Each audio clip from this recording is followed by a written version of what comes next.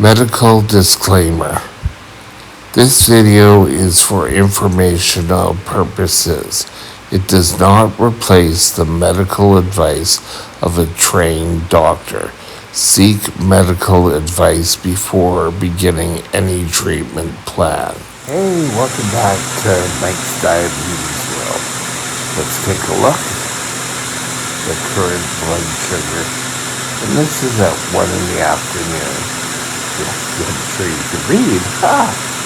It's 13.7. My CPAP is still pushing air out, so we'll have to listen to that for a bit. Now, I'm going to insert a picture here. That is my first glucometer. And when I got it, the glucometer company had just sort of really branched into Canada. I was the first one on Vancouver Island to get this device. And it was a brick. Pure and simple. It was a large unit. There were a lot of buttons to press on it. I never pressed the buttons. I mean, except for the ones up front. The ones at top were always for the doctor's office. This was given by my pediatrician at the time when I was going to the private school on the island. I would go in, get a blood test, and then once every 3 months, would go see him. And it was very surreal. And when I got this device, they showed me how to use it, but my doctor never asked for the report of it. When I was first diagnosed, they asked what my actual blood sugar was all the time. But they never really asked for it. Not blood sugar, sorry. What my urine testing was. But I never really got asked about this. So I'd use it intermittently, once in a while, because that's all blood we did up to then. So, looking back at today's, they are so much smaller, so much lighter. I can remember, and I've said this before, that it had a little device on it. And this little device was your Lancet device. And the Lancet device, put your finger under it, and it would come.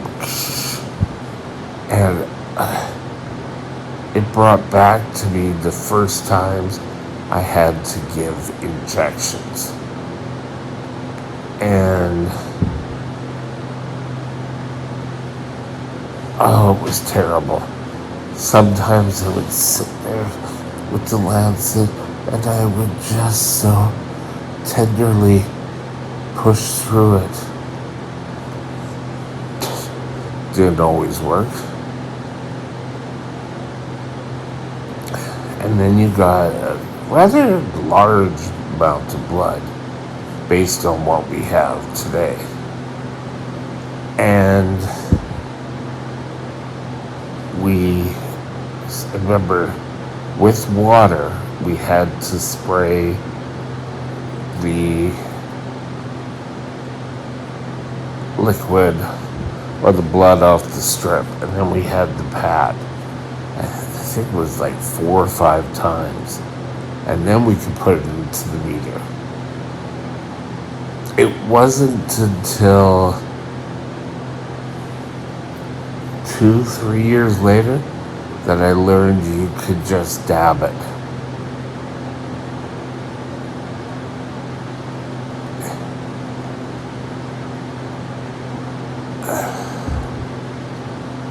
I proceeded to utilize this as much as I did. Yeah, I was the problem diabetic. You gotta remember at this point, I was still under, yeah, I could do it all. But you have to take control of you. Sorry, something's in my side. There we go. You can't expect your doctor to do everything. Oh, well, yes, my doctor has decided to do it. I'm not going to worry about it. Because, sorry, I got a hair out of place there. What's going to happen is eventually you're going to find yourself in the hospital with DKA. It wasn't till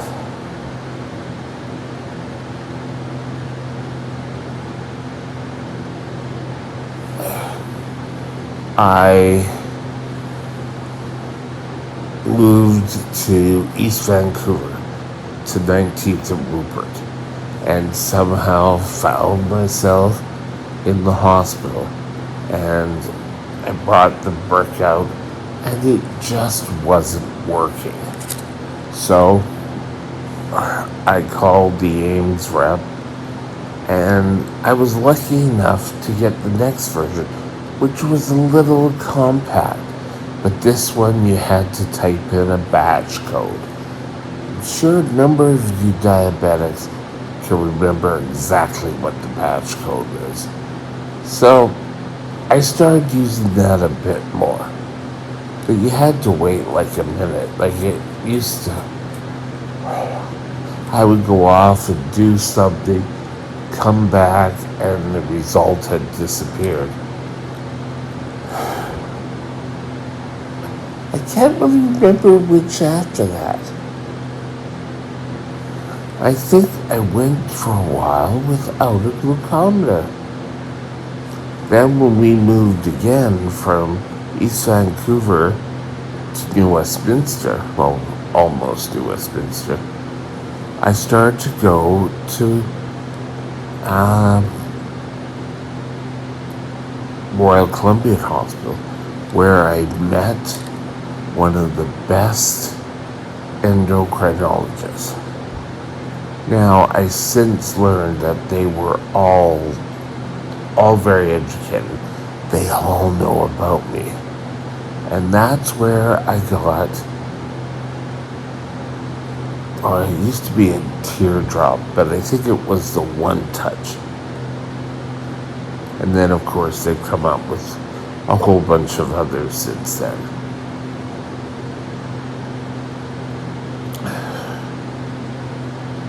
Believe it or not, there's, I don't know what the company is, but there was one that would color code what your blood sugar was based on your range numbers, and I wanted that so bad. It was just a gimmick. I mean, yeah, it would be great, you know, to show if you're low or you're very low, but I didn't need it. And I continued using it, and I'm glad I did. And then just recently, we've changed, the pump company changed its glucometer partner. So now I have a new partner to work with. Yay. But now, the difference between now and when I first got the glucometer is I know when I need to test. I need to test 4 times a day, and any time I'm feeling low, or anytime I'm feeling high to make sure my pump is within reason. Now, right now, I have a CGM, which tells me my blood sugar, and I'm pretty close. Sorry. Somebody is way out sometime, but no, we're pretty close.